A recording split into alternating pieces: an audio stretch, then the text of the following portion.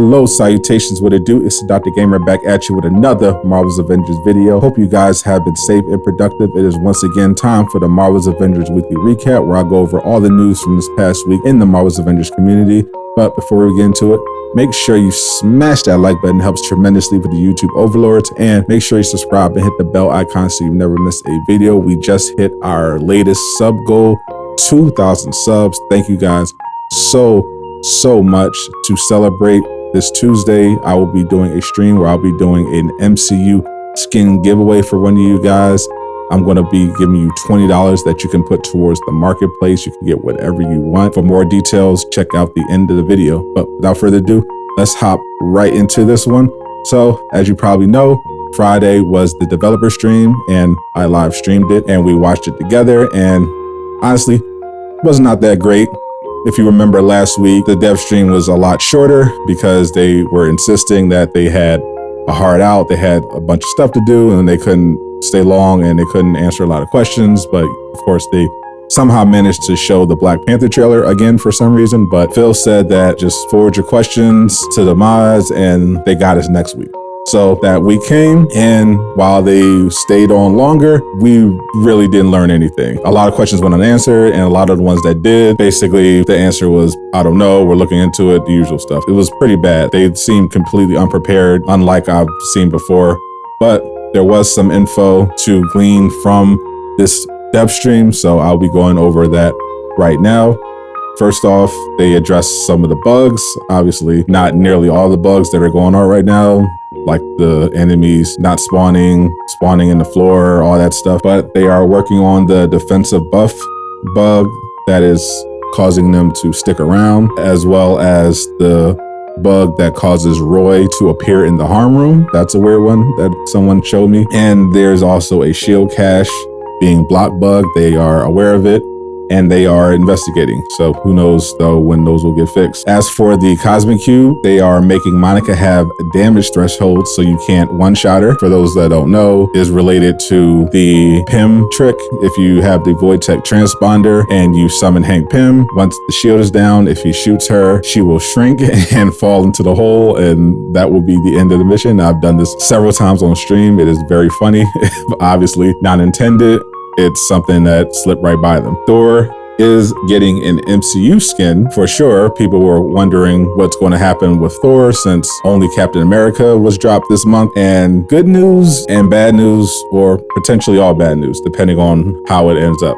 So Thor is getting an MCU skin, but he will not be the next character that gets an MCU skin. There will be another MCU skin dropping, and it will not be Thor. Thor, they said they are still waiting on some stuff before they can finish him and put him out, which got a lot of people excited and a lot of people nervous. This means basically either they're taking all this extra time because they're planning on implementing Stormbreaker with his skin, or they're trying to implement the Fat Thor thing and it's taking longer for them to make it work. And if it's Stormbreaker, massive dub, Thor mains all over will celebrate. It will be amazing. If it's Fat Thor, I'm going to be pissed, along with a lot of other people. We don't want Fat Thor. Thor has been completely disrespected this whole time when it comes to getting skins in the marketplace, as well as takedowns. They said they're giving him more takedowns, but he is consistently getting robbed when it comes to skins. He has basically 3 decent skins in the entire game, and it's been out, what, 8-9 months? So don't give us a meme skin. Give us the actual Infinity War / beginning of in-game Thor. If you can make Stormbreaker work, awesome. If not, don't make him fat, please. Don't do it. I'm telling you, don't. If that's your idea, stop it. Stop it right now, Crystal Dynamics. Stop. Now, there were some updates about the Omega level threat. The first one, of course, is coming out in July. It will be Family Reunion, the Kate Bishop mission with the Super Adaptoid. They said in general, the OLTs are going to have different areas where they focus on in terms of difficulty. So the Super Adaptoid, they said, is mainly going to be about the boss fight, essentially, from what Phil described. The Super Adaptoid OLT is basically going to be pretty much the exact same as the Family Reunion we have now, except they have made the boss fight significantly harder. But he did confirm that the Omega level threat enemies will be over power level 150, but the main change they made with the Super Adaptoid is that it's going to be harder, so more moves or whatever have you. While the Cloning Labs, which comes out after War for Wakanda, is going to have more of a puzzle element, and then the third Omega level threat, which they didn't reveal, but if you've been paying attention to my channel, you know that the third Omega level threat is going to be the raid for Claw at the mines in Wakanda, and that is going to combine the two. So it will have puzzle elements as well as a very challenging, allegedly, and engaging boss fight. So we'll have to see how that turns out. Now, the power level increase is being moved after Wakanda to tie it to the Omega level threat. That's the Claw raid that I was talking about, and they're going to raise the power level cap to 160 to coincide with that Omega level threat. The War for Wakanda is still on track. It's not being delayed, unlike Patrol Mode. The robots will not be the only enemies coming with Wakanda, according to them. They will also have new non-robot enemies. They're going to be implementing a game mode where you can not have your AI companions at all. I've seen a lot of people requesting this feature. They don't want to go in with their AI companions all the time. Sometimes they want to go in just by themselves, and they are apparently working on a mode like this, but they do not have a date on it yet. They also said that because they are adding the ability to play with duplicate heroes to the game starting in July, they're going to have to balance the Omega level threats to compensate.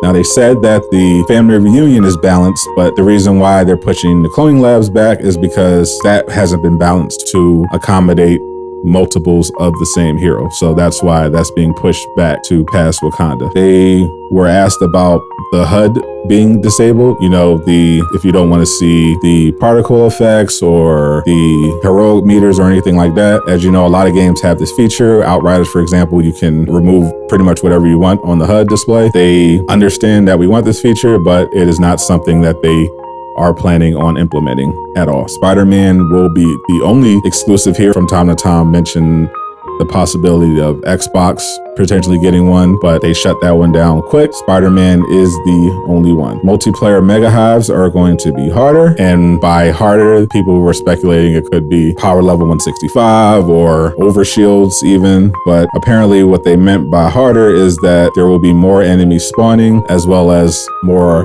challenging enemy types, and this is because they are adding the multiplayer component, so they wanted to make it harder, but honestly that does not sound harder. The Mega Hive already right now is pretty easy and it's short, so good, but if you're looking for a challenge, you're not getting it there. Hopefully with the Omega level threat. They said that the Omega level threat, speaking of which, is going to take 45 minutes to 2 hours based on the team and how skilled everybody is, which is pretty good time investment. About 45 minutes, I'd say, is good for this type of content. But if the gear isn't worth it, then that's going to be a whole nother problem. But hopefully the gear is worth it, because that's kind of the main reason to have this sort of content. There will be, of course, a Black Panther deep dive. They confirmed, which you should expect in July. And just like all the other deep dives, they'll go deeper into the story as well as showing off Black Panther's gameplay. We're very excited for that. Of course, the next roadmap, they will be showing some of the content next year, as well as covering what is coming after War for Wakanda. And there will, of course, include a new hero on that new roadmap. At least one. We don't know how many, but at the very least, there will be one. And if I was putting money on it, I would say it's going to be She-Hulk. Now, they said that AIM will always have a place in the story, which obviously a lot of people are just tired of AIM. They're tired of robots. They're tired of seeing Monica and all of them. But unfortunately, they're going to be a part of the story. They are a very big organization. Obviously, they're very ingrained in the story, but they have promised that they will be focused on giving us more than just AIM enemies to fight. And obviously, one of those enemies will, of course, be the Kree, but we might not see them until next year with Captain Marvel. And that was pretty much it for the developer stream. Like I said, there was really nothing noteworthy happening. The usual questions were asked: cosmetic vendor, the accessibility options, the ability to earn credits in game outside of the challenge cards, You name it, people asked it, the emote will, and sadly they had no good answers. They even asked about the nerfs to Hulk. For those that haven't noticed it yet, after the latest patch, Hulk has been severely nerfed. Not only did they patch his trick that he used to get the battery effect with his ground pound, they also severely nerfed his thunderclap. So Valor Hulk builds are substantially less powerful than they were before the patch. According to Phil, he has no idea what we're talking about because it's a stealth nerf, but according to him, it was not intended, and he's going to ask the combat team and look into it, but none of these changes that they made were in the patch notes, so people assumed it was a stealth nerf. And they also stealth nerfed gear, notably exotics, I noticed in the last patch. So they're really, really not on the right track. And this is on top of the whole doxing incident where they had that bug come out Tuesday where PlayStation 5 players got doxed if they were happened to be streaming the game because it was showing your IP address. So overall, wasn't the best week for Crystal Dynamics, and once again people are having doubts about the future. And even with the updated roadmap, people are still understandably skeptical, especially with no good answers about the gear changes that this game desperately needs, and they really have no good answers for. You know, we were supposed to weeks ago get info on loadouts, nothing about a crafting or reroll system, and we're getting closer to Wakanda, so we got to do something here, guys. You got to step it up. We're trying, we're here, we want to love the game, we see the potential, but you guys got to really give us a break here. Step it up.